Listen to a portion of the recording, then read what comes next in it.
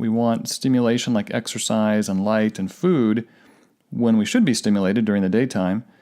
And we want to avoid things that are stimulants when it's time to go to sleep, be that foods, medications, the stimulants that they're already taking oftentimes would be a problem. And the family dynamics are hugely important around, is this child stressed? Does the family have normal bedtime routines that help them get to sleep and relax, or the opposite?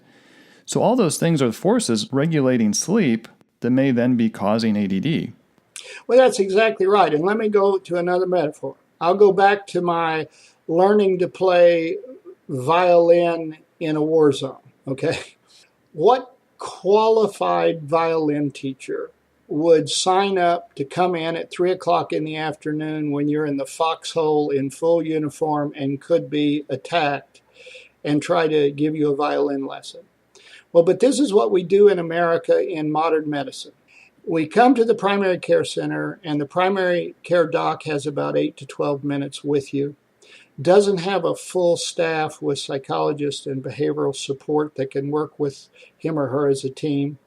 Their only arrow in their quiver is some stimulant that's going to have side effects, one of which is interruption of sleep skill.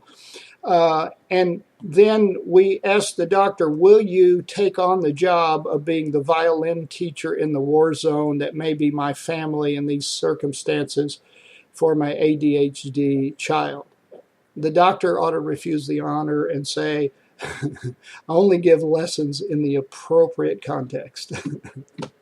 Good example. Excellent illustration. So final question. What we've just talked about, showing this very strong connection between sleep and ADD and then the forces that are regulating sleep, can we use these lifestyle forces as a substantial part of solid scientifically based treatment for ADD?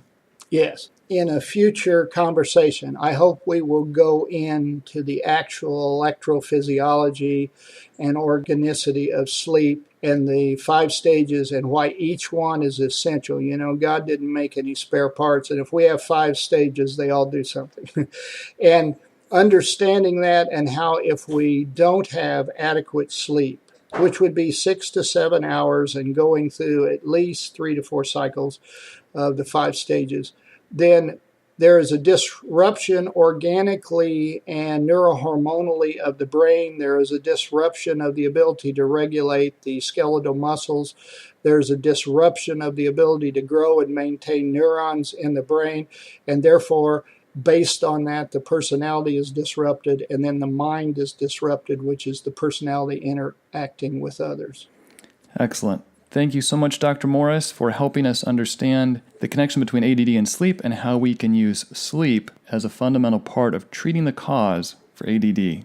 Glad to work with you, Mark.